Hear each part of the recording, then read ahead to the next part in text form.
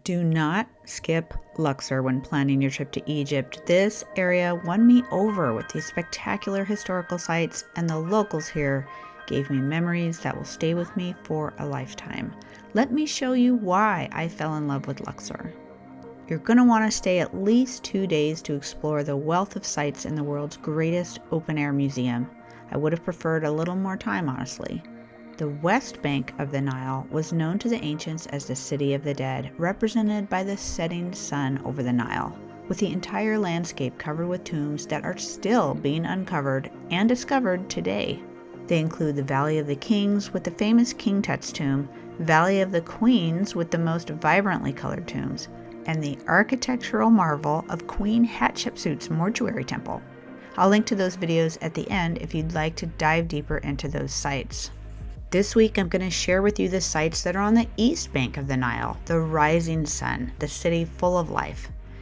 This includes the world's largest ancient religious site at Karnak and the Luxor Temple Complex, which highlights the evolution of religion in Egypt, and the exceptional Luxor Museum.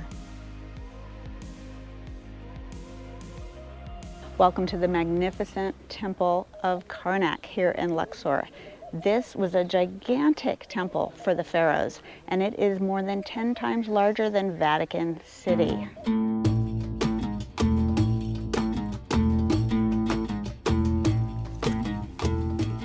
Sprawling across 200 acres, Karnak was built, expanded, and maintained over 1,500 years by generations of pharaohs. As we approach, I learned that this area was a dock fairly recently discovered where large boats brought statues of the gods for the festivals. Now, I'm not going to talk about every area in this temple because it is just too massive, but I can highlight the areas we're walking through on this map of the complex.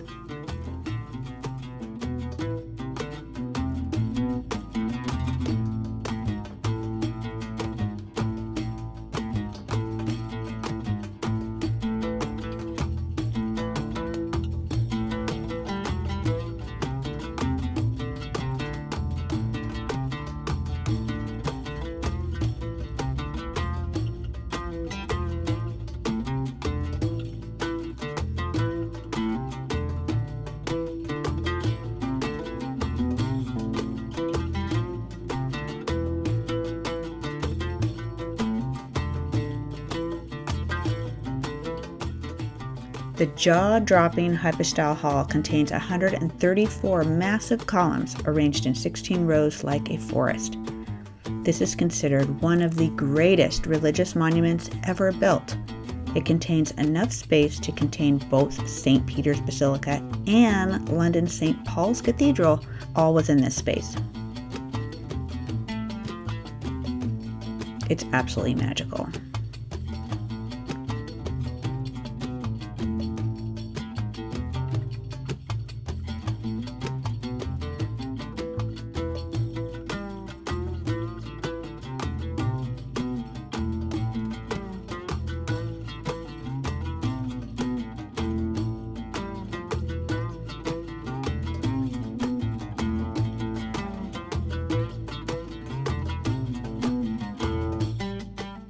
Here they're demonstrating the size of the columns inside that area.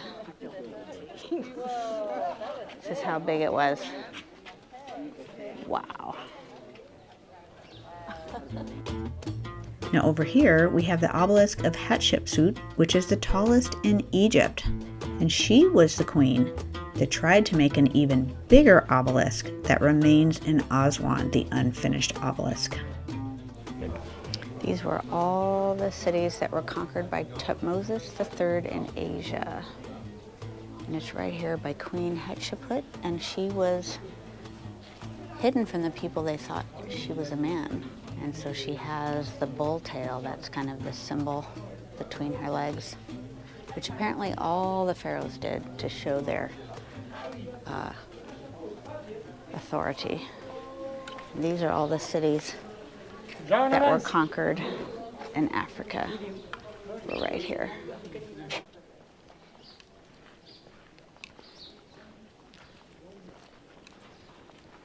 All the temples always had a lake where the priests and priestesses could clean themselves before serving the pharaoh several times a day. It used to be fed by the Nile, and it is no longer fed by the Nile, and he said that they do fill it with water on a regular basis. You see everyone circling the scarab beetle. There's a story about that. If you didn't know, the scarab beetle held profound religious and cultural significance. You can see it all over ancient Egypt. And you can see all the steps where they used to clean themselves in the lake. I can't go backwards, I know, so. 1. 3 times around the scarab in a clockwise direction for good luck.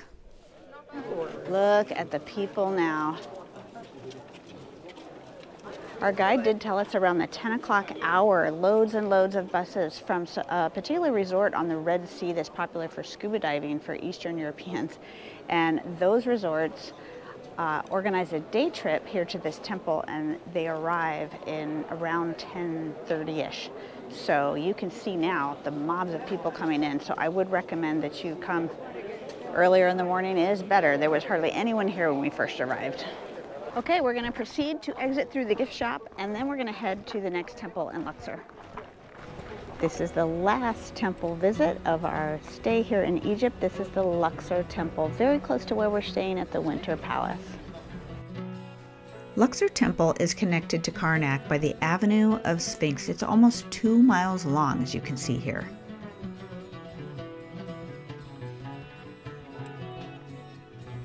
And it's just about fully excavated.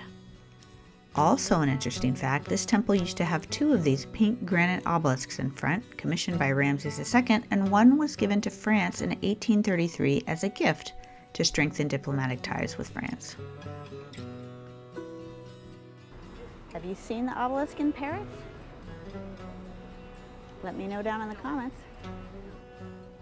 Where are you from? America. I speak Arabic. No, Lala's all I know. I speak English. You speak English? Yes, yes. Yes, I love America. Oh, thank you. We What's love your Egypt. name? We love I love Egypt. America. My What's name's your Lisa. name? Lisa. What's your name? And you gonna pose for the picture with us? What? Come pose in the picture with us. We're getting a I picture. speak Arabic. You do very good English.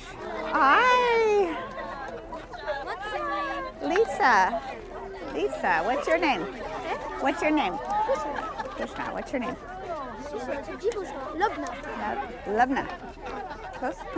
My name is Shaima Yusuf. Shama Yusuf? Oh, nice. You're all very beautiful. It's so nice to meet you all. I live to Egypt. Yes? Nice. Hello. Hi, hi. Let me get a photo. What? You want a So photo? Zion. Oh, you want a photo with me? Okay. Oh my goodness. Thank you. I love you all. Love you all. I need to go with my group. I love America. Oh, thank you. Nice to meet you. You're wonderful. Oh my goodness. You guys are so beautiful. Love all of you. Love all of you. Nice to meet you. Thank you. I love you. In case you couldn't tell, that was my favorite moment on this entire trip. I don't know what it was, but man, those girls were so sweet. Maybe it was that big old hat I was wearing. I probably stuck out like a sore thumb. Now let's learn a little bit about this temple. This was largely built by New Kingdom pharaohs, and it's strikingly beautiful right there in the middle of the modern town.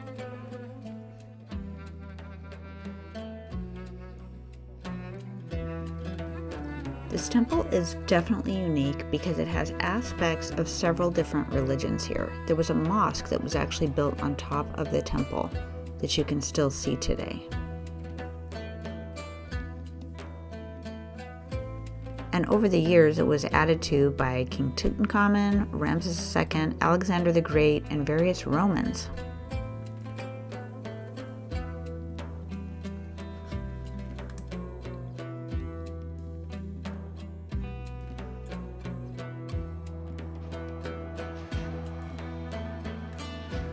This temple is particularly beautiful first thing in the morning or after sunset when it's lit up. We did drive by in the evening to see the beautiful lights on the monument.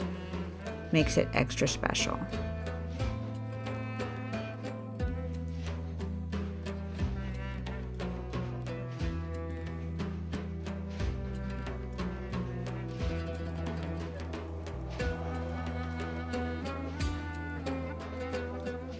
So this temple is unique because it has a mosque on top, and part of the temple also has a Roman sanctuary in the back. So it's a combination of religious structures here. There's the altar.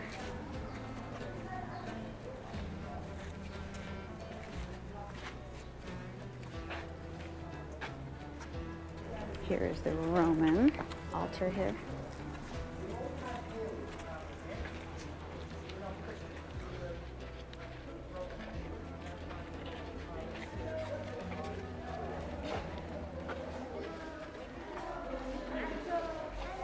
Say hello.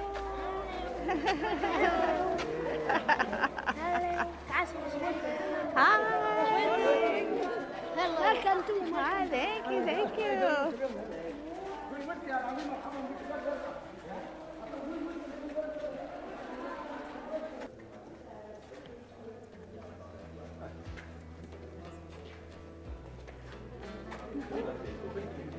Watch your step, careful, okay. Everyone's looking up, it's like easy to do. So in the back of this area, there was a really interesting place that our tour guide pointed out to us, that we had two adjacent walls, and the inscriptions on the walls were about 1,200 years different. And on one side was the high relief carvings, and on the other side was the low relief carvings.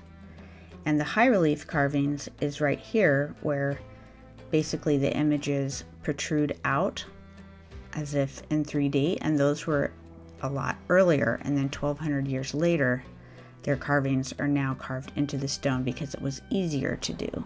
Our tour guide also explained that a couple of these statues right here in the front that are a slightly different color than the others, those were restored and added later, and he was quite disappointed that they weren't done in a very accurate manner. Let's just put it that way. Then there's a little gift shop, of course, and we are headed out of here to the exit and the bazaar. The Luxor Museum is a well thought out and brilliant museum displaying artifacts that were found from the surrounding area.